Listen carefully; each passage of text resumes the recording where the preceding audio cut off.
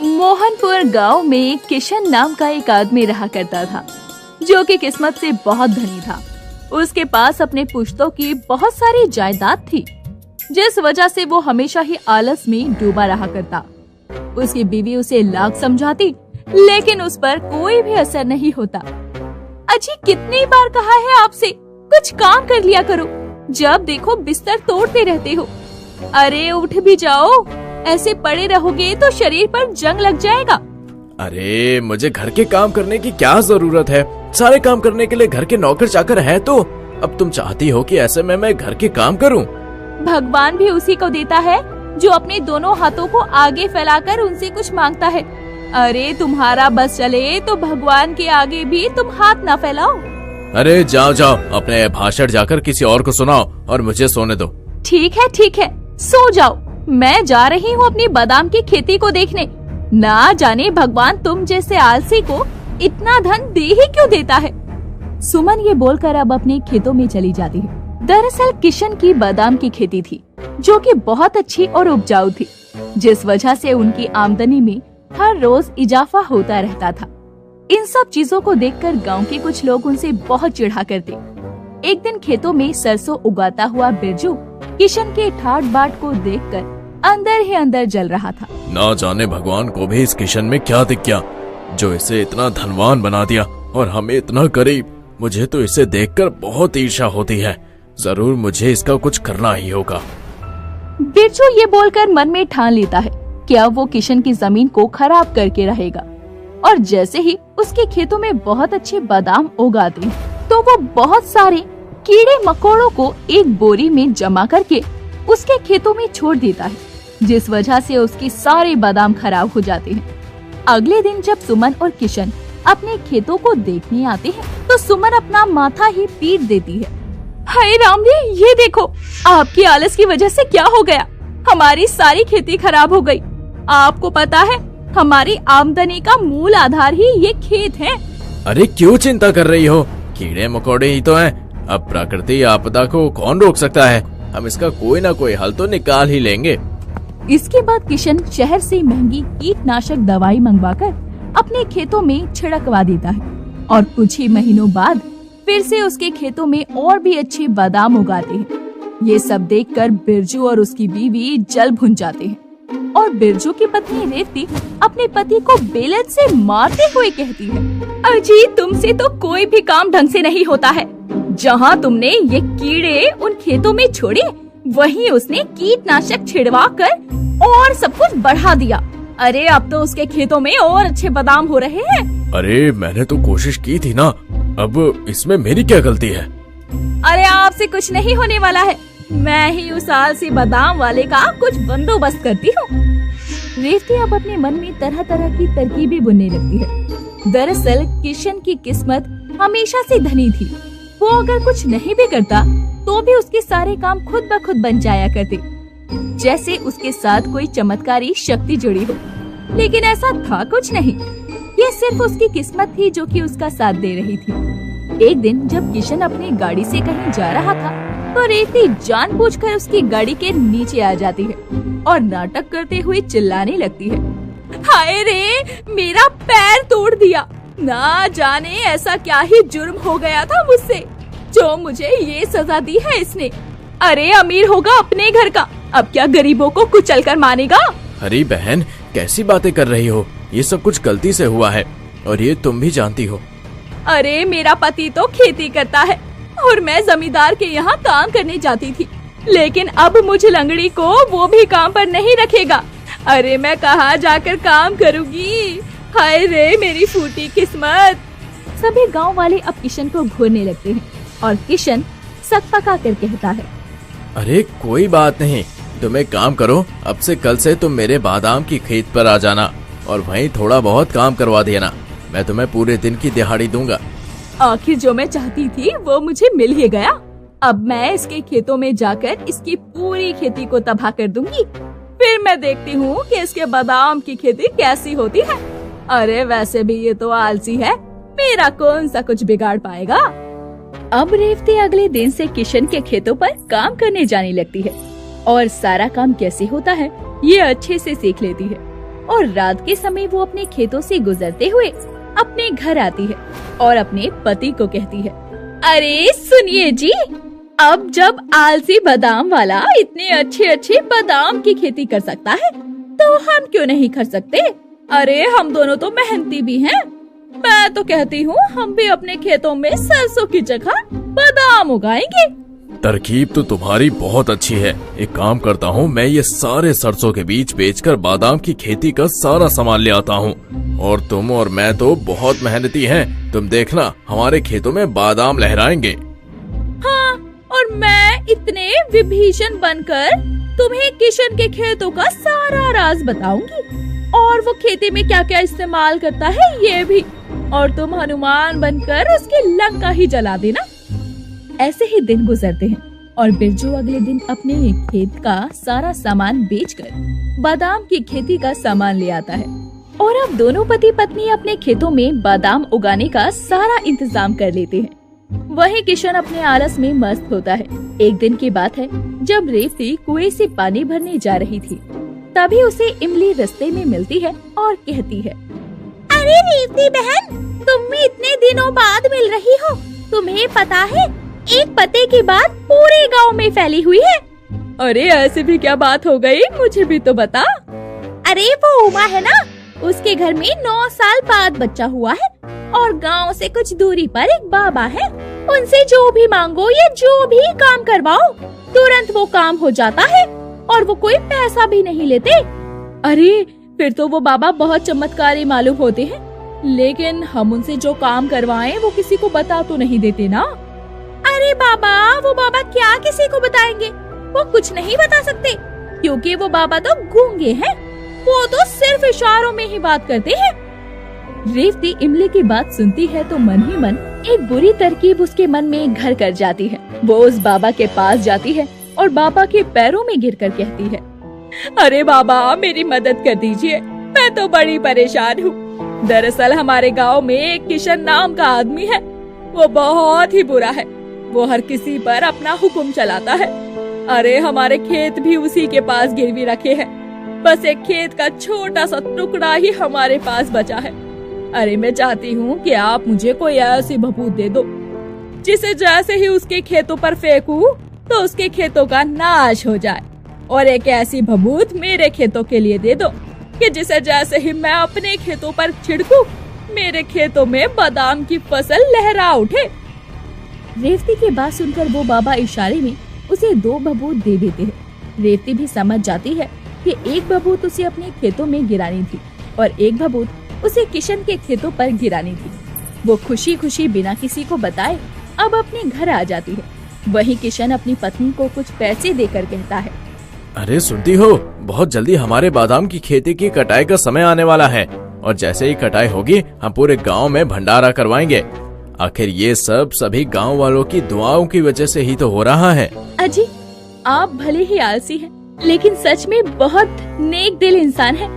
जब आप ऐसे अच्छे काम करते हैं ना तो मुझे आप पर और भी प्यार आता है। अरे बस बस, इतना प्यार मत करो। इस प्यार के चक्कर में हमारे 5 बच्चे हो गए हैं। अब तो सरकार ने भी 2 बच्चों का ऑर्डर दे रखा है।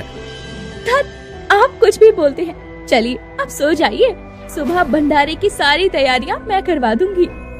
अब आधी रात को रेवती बिना किसी को बताए किशन के खेतों में जाती है। उसके हाथों में 2 भभूत की पुड़िया थी, जिसमें से वो एक भभूत की पुड़िया हड़बड़ाहट में किशन के खेतों में गिरा देती है और एक भभूत की पुड़िया अपने खेतों में गिरा देती है और खुश होते हुए खुद से कहती है, अरे वाह रेती, तेरे दिमाग के क्या ही कहने, दाद देनी पड़ेगी तेरी।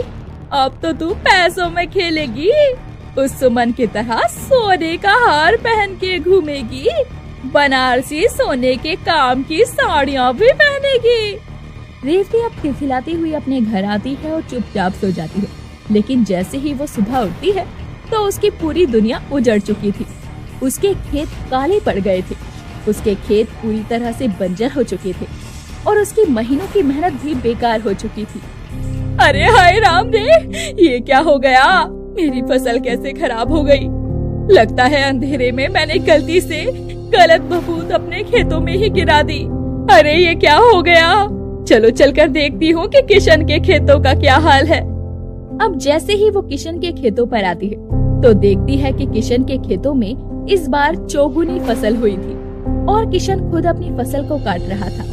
ये देखकर पहले तो वो हक्की बक्की रह जाती है और फिर पूछती है, अरे किशन भाई साहब, आप तो बहुत आलसी हैं। फिर आज आप खुद बादाम की फसल क्यों काट रहे हैं? बहन जी, एक किसान कितना भी आलसी क्यों ना हो, लेकिन अपनी फसल के प्रति उसका इतना प्यार तो जरूर होता है कि वो फसल को उगाता भी खुद है और काटता भी खुद है।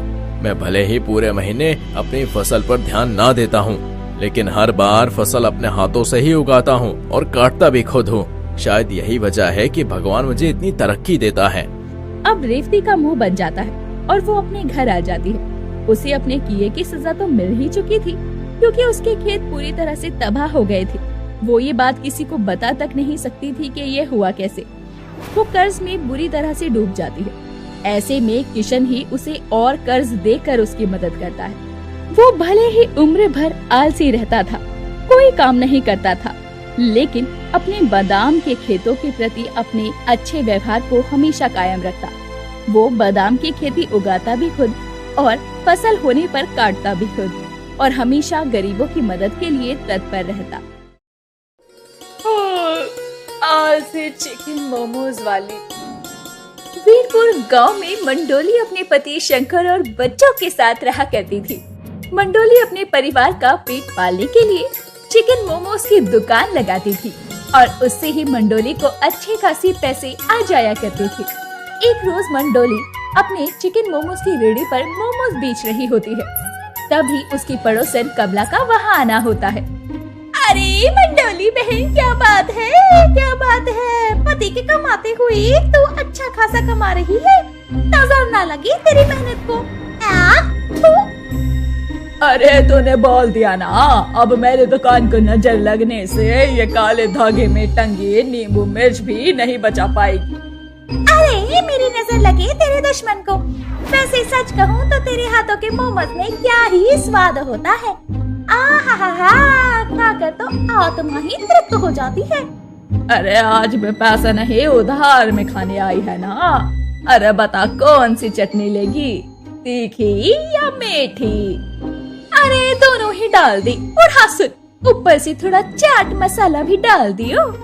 मंडोली की कमाई अच्छी हो रही थी और वो अब देर शाम घर आती तो अपनी खाट पर पसर जाती और झोले में जितने भी पैसे होते अपने ऊपर डाल लेती और गाते हुए एक दिन वो कहती है, अरे हाय ये पैसा, ना हो तो मुसीबत, अरे हो तो मुसीबत।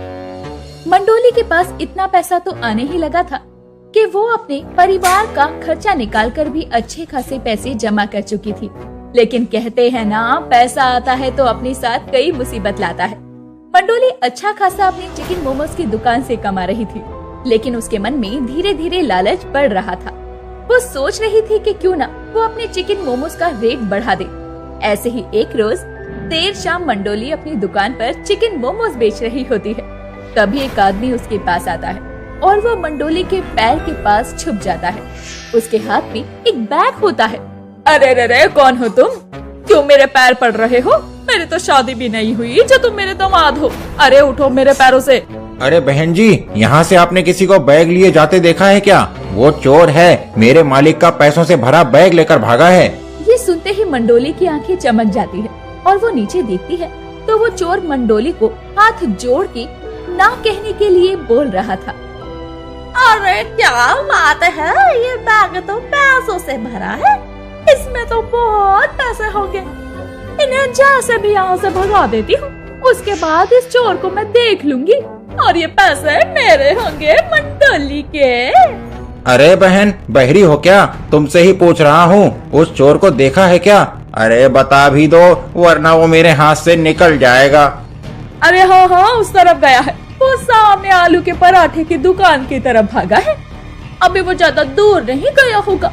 अब उन लोगों के जाने के बाद चोर की सास में सास आ जाती है और वो बड़े ही प्यार से मंडोली का शुक्रिया अदा करके जाने लगता है। अरे रे रे, डट जा, तू कहाँ को उड़ रहा है? अरे ये बैग तो देता जा। अगर तूने मुझे ये बैग नहीं दिया तो मैं पुलिस की वर्दी वाले को कॉल कर दूंगी। बड़ी मुश्किल से तो ये पैसे चुराए हैं, अब तुम भी इसके पीछे पड़ गई हो। अरे हाँ हाँ, वो क्या है ना, मैंने तुम्हें बचाया है तो तुम्हारा भी तो फर्ज बनता है ना कि इसमें से पैसे मुझे भी दो। चोर और मंडोली के बीच काफी समय तक बातचीत होती है और वो चोर ये कहकर मंडोली को पैसों से भरा बैग दे देता है कि वो अब मंडोली के पास ही रहेगा। मेरा कोई अपना नहीं, मुझे अपना भाई मानकर रहने के लिए जगह और खाने के लिए 2 वक्त की रोटी दे दिया करना, और मुझे कुछ भी नहीं चाहिए। आप कहो तो मैं आपकी ये मोमोज की दुकान चला दिया करूँगा। अरे क्या बात है, खुद लक्ष्मी मेरे घर चलकर आई है। वैसे भी चोर तो ये है ही, मुझे भला थोड़ी ही पाप लगने वाला है और मैंने तो बहुत पैसे कमा लिए हैं। अब मैं करूँगी आराम और ये करेगा सारा काम। क्या सोचा बहन, आप बोलती क्यों नहीं? अरे चल चल ठीक है, दिया तुझे रहने के लिए थोड़ा सा स्थान और खाने के लिए 2 वक्त की घी की लगी चिकनी चुपड़ी रोटी, लेकिन काम चोरी मुझसे बर्दाश्त नहीं होती।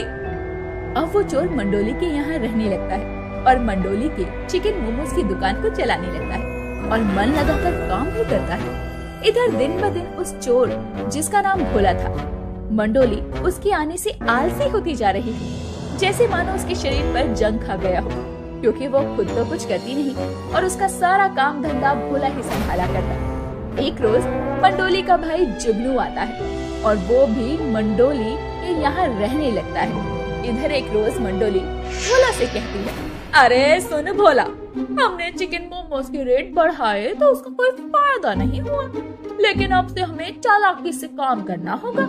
तो चिकन के साथ साथ मोमोज में ज्यादा सोयाबीन मिला दे।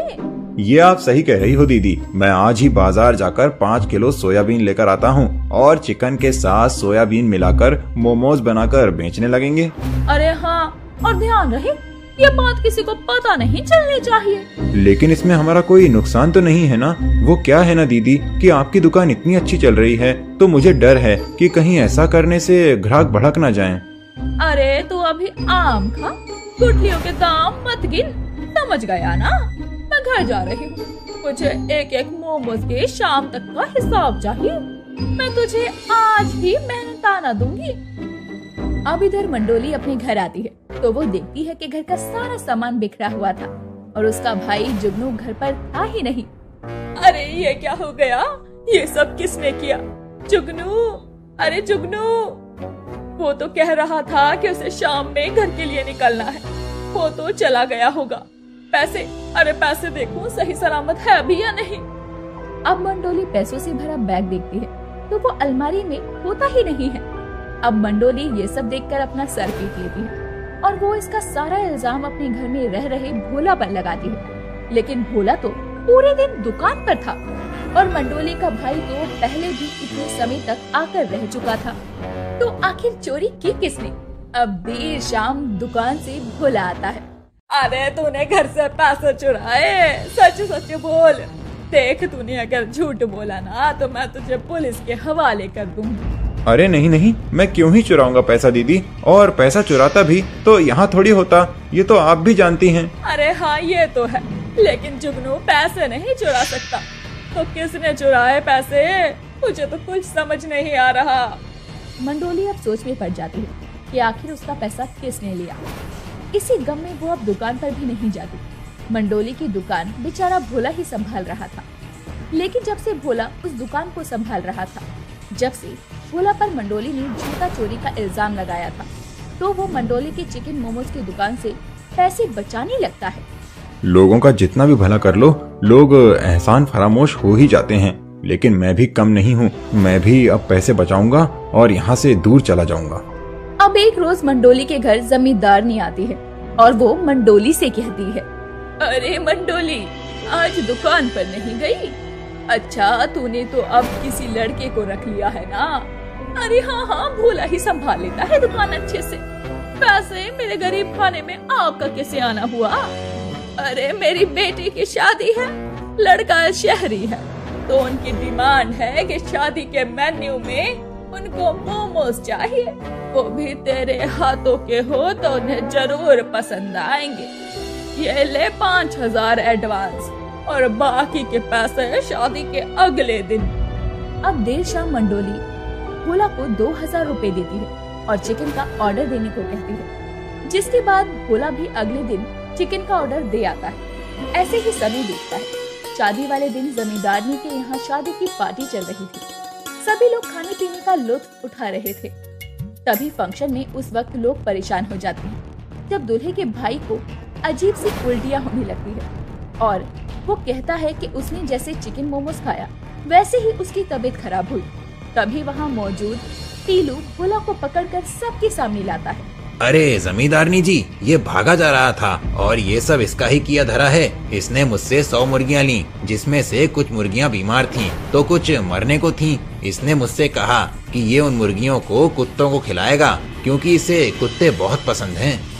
अरे क्या इसने मरी हुई मुर्गियों के चिकन मोमोज बनाए? अरे ये क्या किया मुए भोला तूने? तू क्यों मेरी वफादारी का इतना फायदा उठा रहा है? पहले तो मेरे खुद के भाई ने मेरे घर में चोरी की और चला गया, अब तूने भी कोई कसर नहीं छोड़ी। आज के बाद तू मुझे अपनी शक्ल मत दिखा देना। अरे मारो इसे और इसकी इतनी पिटाई करो कि कल को ये यहाँ नजर न आए। गाँव वाले तो भोला की जमकर पिटाई करते हैं और उस दिन के बाद से मंडोली जो आलसी हो चुकी थी वो अब किसी पर भी यकीन करना छोड़ देती है और अपनी मोमोज की दुकान को बंद कर देती है। लेकिन गांव में ही खेतों में मेहनत से काम करने लगती है।